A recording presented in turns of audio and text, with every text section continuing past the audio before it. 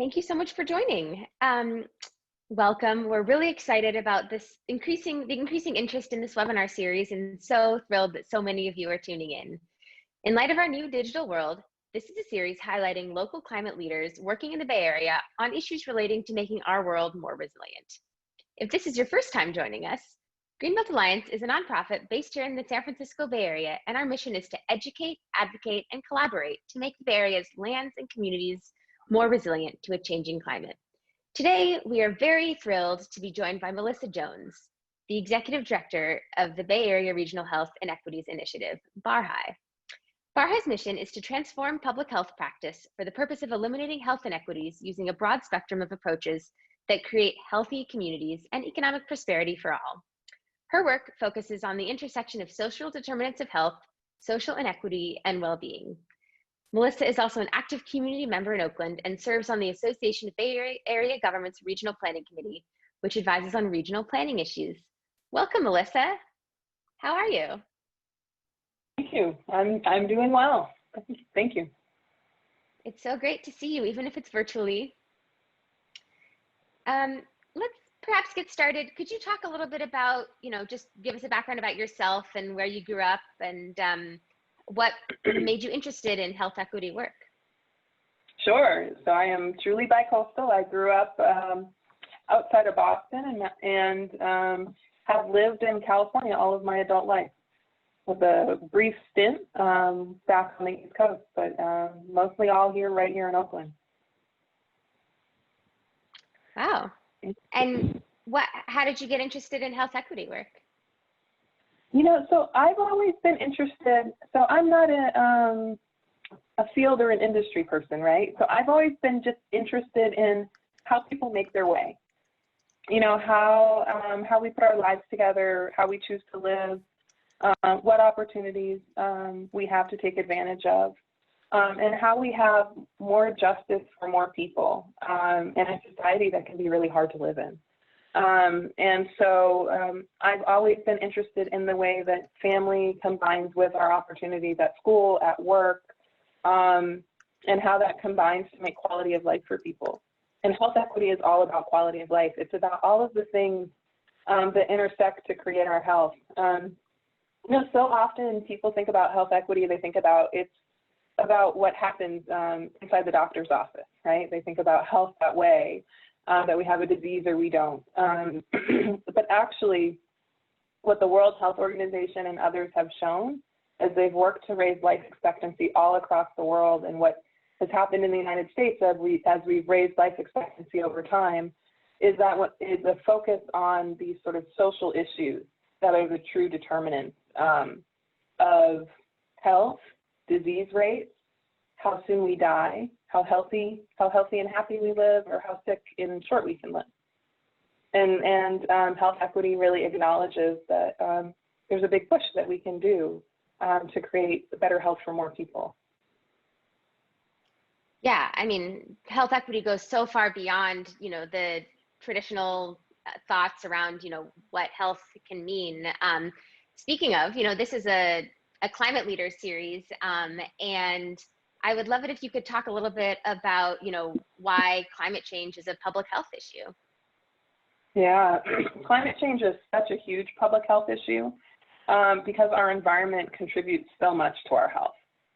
It contributes in ways that we all think about, like air quality, and it contributes in climate impacts that really people only in the field really understand quite how linked they are. So things like the massive wildfires we've seen across the region, this increasing number of high heat days that hits really hard coastal communities. I'm happy to talk why it's a little counterintuitive, why it hits so hard there. And then also issues around flooding. And then for us here in the Bay Area, we have all these other ripple effects, right? Because now the concern about fires has PG&E doing planned power shutoffs. That has a whole element of health impact that really hits people hard who have medical devices or other things that need electricity and power. So climate just has such a huge impact on health. Yeah, absolutely. And I think, if anybody was wondering what the connection between climate change and public health was, given the, the fires and the smoke and the heat over the past few weeks, I think there's, no question that these two areas are so closely linked. And yeah, I mean, California has had one of the largest, most devastating, and most destructive wildfires in our history, and it's only August this year. It's really, really incredible. But, as these fires get put out, I think there's a lot of communities that are, only now starting to begin the rebuilding process. And how can communities focus on health equity in the recovery process after these fires? Like how can they be better prepared for this fire season that seems like it's going to get longer and worse every year?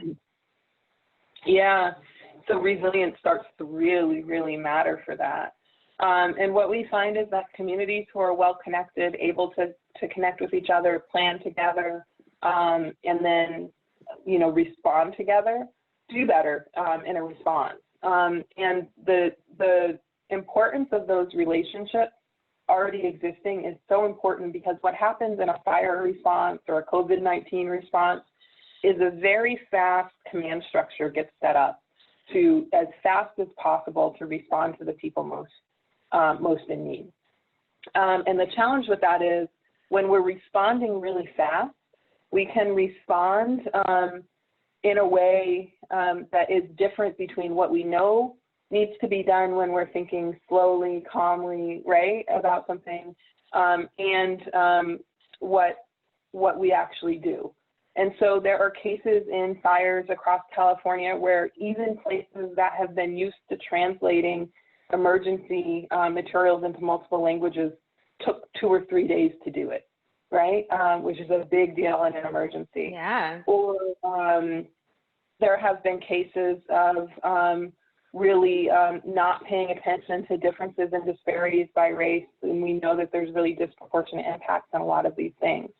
And so one of the best things that we can do is have an equity officer in place whose job it is to pay attention to the disparities, so that as everyone's moving quickly, there's somebody in the leadership structure whose job it is to understand and connect back out with the communities who might be most impacted and most disconnected from what's happening in terms of command response. So we put out a brief, actually, that I think I just saw put into the chat about the response to the fires in the North Bay and some recommendations for the future that was published a few years ago. And we have a second brief that's really about the structures we need now to have the best possible equitable response. It's a brief about equity officers in emergency response. It takes models from all over the state and from Seattle and talks about strategies. And so that brief we can put in the chat as well. So you can see the structures that are starting to get set up around the state, including in places like Sonoma and San Francisco, to really have Santa Clara, to have a great response in COVID-19 recovery and in things like the fires. Wow, yeah. Can you talk a little bit more about the coordinated public health response that's necessary, or how the equity officer position works in the cities that now have it or will have it? Yeah, so the idea is, particularly for the COVID-19 response, which is where we're focused now on what we call co-occurring disasters, right? The real intense health response around COVID-19, the aligned economic responses that need to come because of the economic recession that's accompanying it. And now, for many places, high heat days and fires. It's such a bad combination. And so equity officers look at, pay attention to the data, like others do, but they have a different eye than other folks, right? And so they notice disparities by race, which often people don't notice until later. And then they dig into what causes these disparities by race. And they dig into what might be in common in causing them. So a really good example from COVID-19 is that the number of people who are continuing to go out to work because they're essential workers are disproportionately Black and brown. Those are also the disproportionate people who are being hit by COVID-19 disproportionately. And we know for people who are in crowded housing, the advice around how to self-isolate is only works if you have room to do that in your home. And so there are many people, particularly in Black and Brown communities, who are both going to work, right? And our primary intervention has been shelter at home for safety, but they're going to work as essential workers to help us all make sure we can get food and get around. And often living in crowded housing. And so there's a sort of two-pronged approach we need for those workers that an equity officer would notice. And so an equity officer would say, well, actually, the approach we need for people in that situation is different. We need workplace protections that ensure they're safer at work, they're as safe at work as possible, and we need a strategy to ensure that if people get sick, they have paid leave to stay home so they can afford to stay home, and have the ability to be supported to shelter in a different home for a while if they need to self-quarantine. And these are the kinds of innovative solutions actually that are happening all across the region right now, and are thought of by equity officers. Wow, that's so incredible. It seems like such an essential role that the equity officer creates this social infrastructure that can then be, utilized for any type of disaster or in, day-to-day circumstances as well. Seems like a very critical role for cities to have. And it's great too. Yeah, oh, please go ahead. No, go for it. Okay, and so when we start thinking about rebuilding, we again have to think about making sure all communities are included. And I think there's two great ways to do that. One is to have people like equity officers and equity teams who have a lot of connections with different communities across the counties or cities where things are happening. And the other is to have had really good resilience planning in the first place, so that there's a set of relationships and planning for communities that works really well. And again, I think this question you said about standing infrastructure is really important. I think, we have engineering firms and planning firms that have existed for a long time, and they've existed for a long time because there's been funding streams to continue to fund their work. Right? And often we've asked community groups to volunteer to do the kinds of community planning we need in communities. But if we want to have existing infrastructure for resilience and planning and response, we need to fund those groups in the way we would fund planners or other partners, so that they continue to exist and in strong ways, particularly at a moment like COVID-19 where the economy can really hit hard a lot of those groups.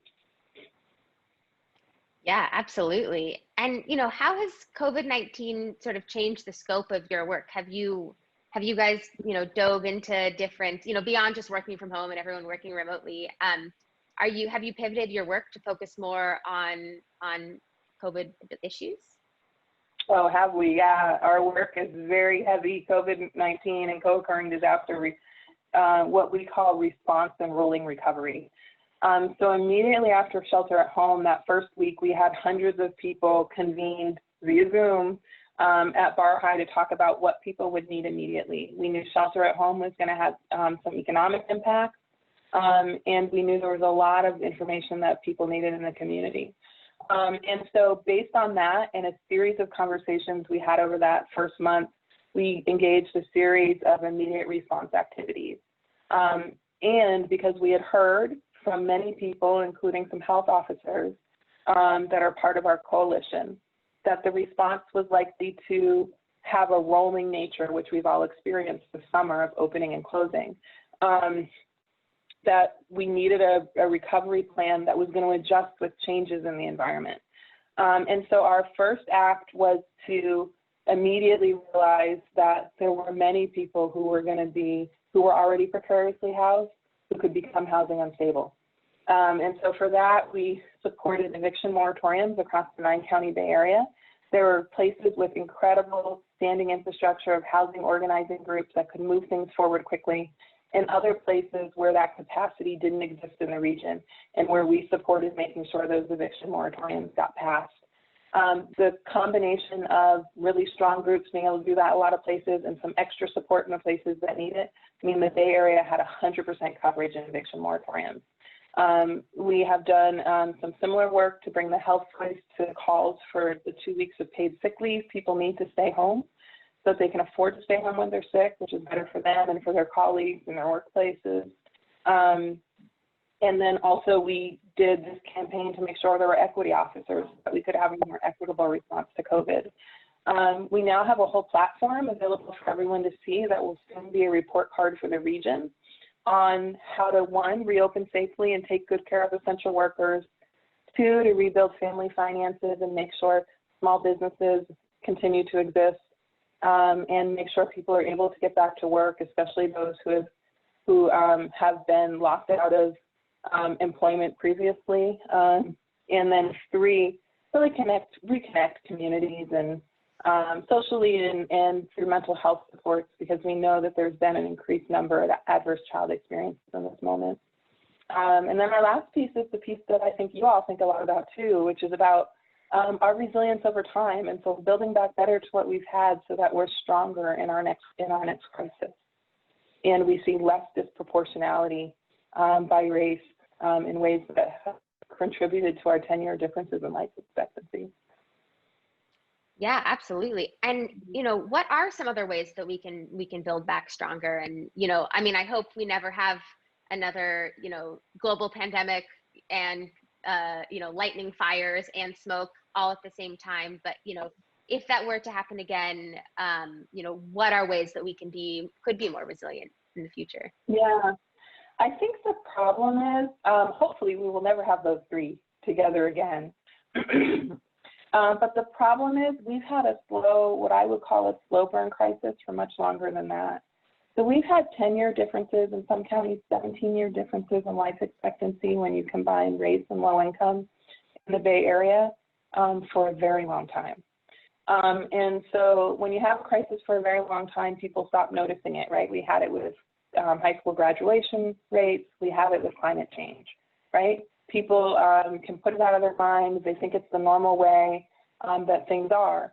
But actually, we have very serious problems to address, as serious as COVID-19, and as fundamental to equity and the sustainability of our community and our planet.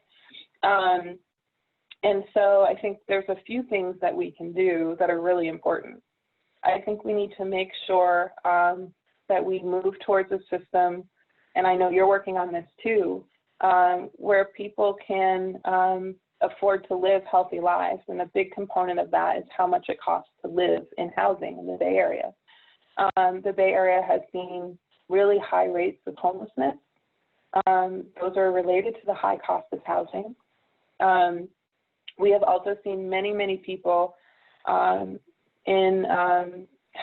really paying a lot more for housing than is reasonable, right? And as a result, having to make choices between food and utilities and other things that are really important for their health.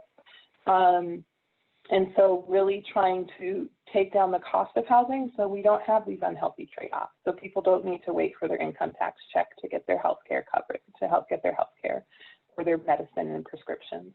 I think the other thing is we have mass wealth inequality in the Bay Area. And so there's a lot of work we can do that BARHII is really focused on that can create better on-ramps to economic opportunity for people. What we know about tenure differences in life expectancy is the challenges at that scale are changed by really massive social policy. So when we think about those major changes, we think about things like clean water for all, mass immunization, a set of things that made more kids live into adulthood, made us all be healthier. And climate change is a lot the same way, that we have to make community-wide investments in our values. Yeah, absolutely. And yeah, like you were saying, at Greenbelt Alliance, we are really thinking a lot about the intersection of the climate crisis and the housing crisis. And we're working to advocate for more housing, more affordable housing, and housing at all income levels to make sure that we can create more, walkable, transit-oriented neighborhoods so that people can have a safe place to sleep and a healthy community to live in. Could you talk a little bit more about BARHII's work on housing beyond the pandemic? Yeah, so we have been a big part of a regional housing planning process called CASA, We staffed an equity kitchen cabinet focused on the needs across the region to drive down the housing cost burden and make sure everyone who's working in the Bay Area can afford to live in the Bay Area, because you can work really hard, a lot of hours, and still be housing cost burdened here. The housing prices have gone up that much. And so we put together as a table a three-part strategy focused on the protection of tenants from sudden shocks in rent, so tenant protection, the preservation of affordable housing, so for places that are affordable now, keeping them affordable so they don't skyrocket, and then the production of new affordable housing. And so we've been part of really sharing the health impact of having a strategy for affordability in the region.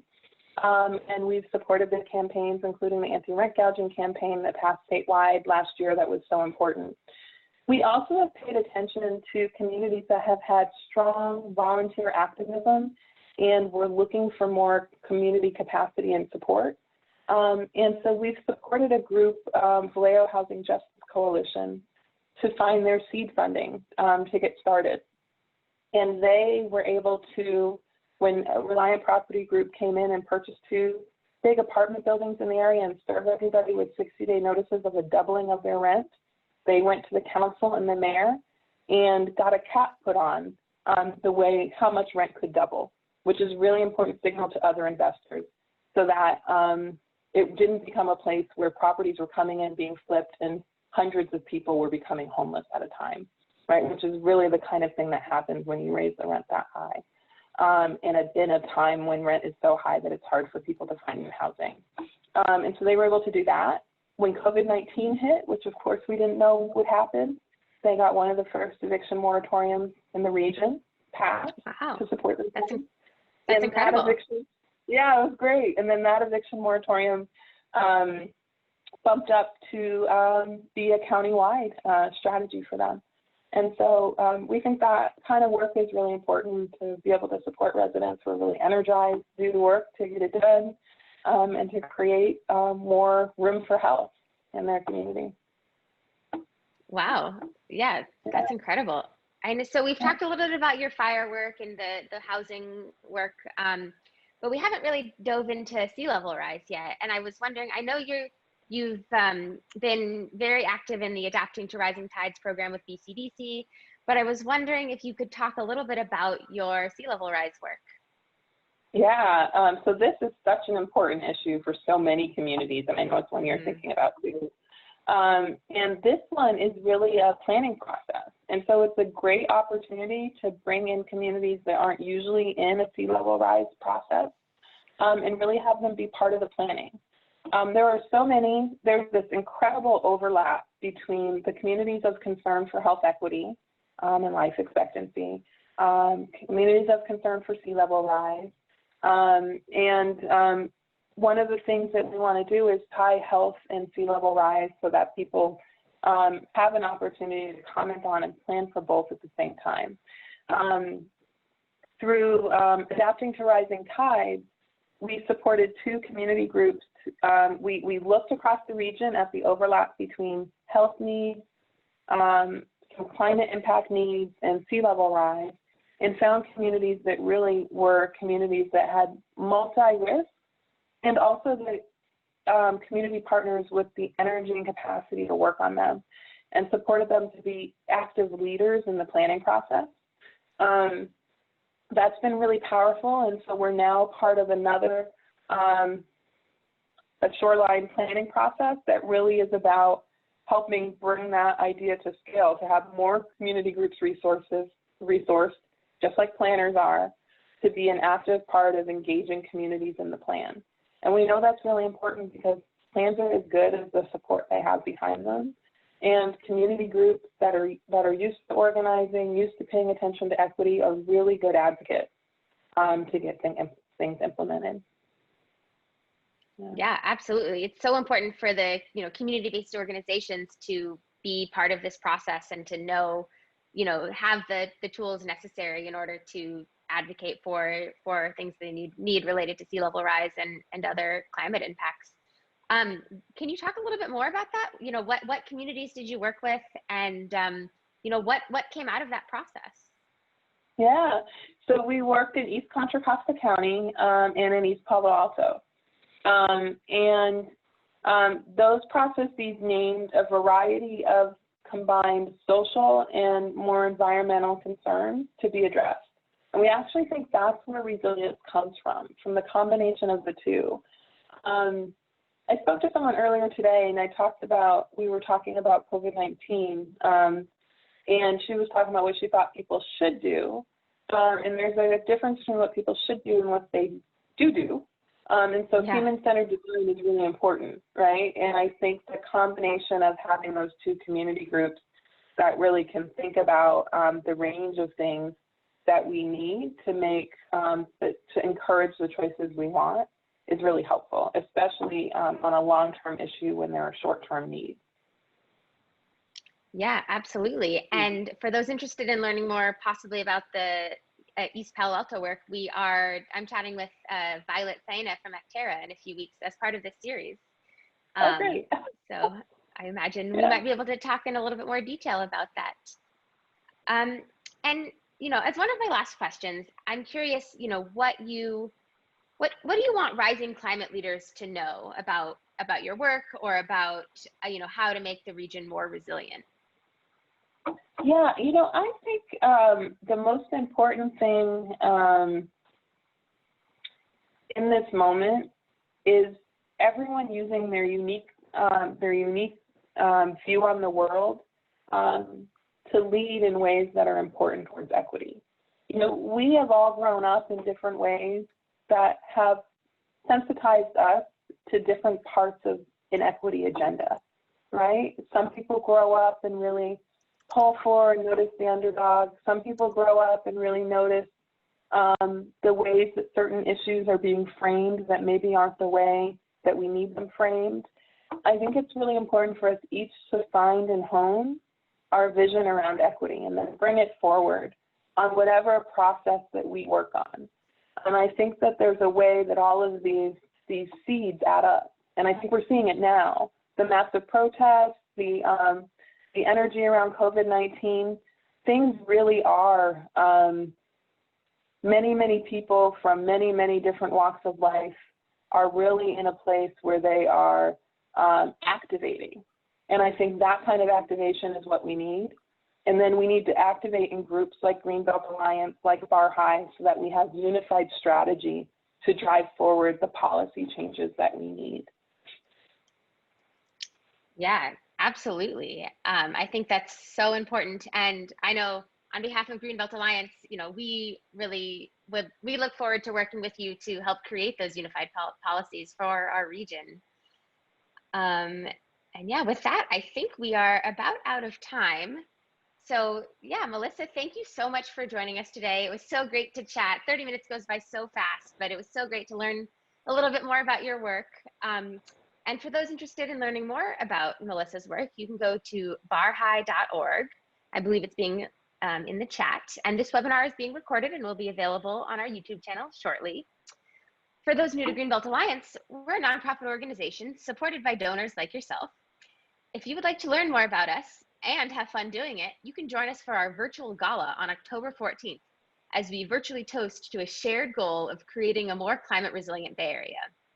We'll have an entertaining collection of stories from around the region highlighting our vision and the impact we're making. And tickets are free. You can join us for the next installment of our Climate Leaders series on September 17th, where we will be joined by Keziah Mills from the Sunrise Movement 350 Bay Area to get a different view on how we can make the Bay Area more resilient. I hope to see all of you at either or both of these events. And yeah, I just wanted to thank Melissa once more, and I hope everyone has a great night. Take care, everyone.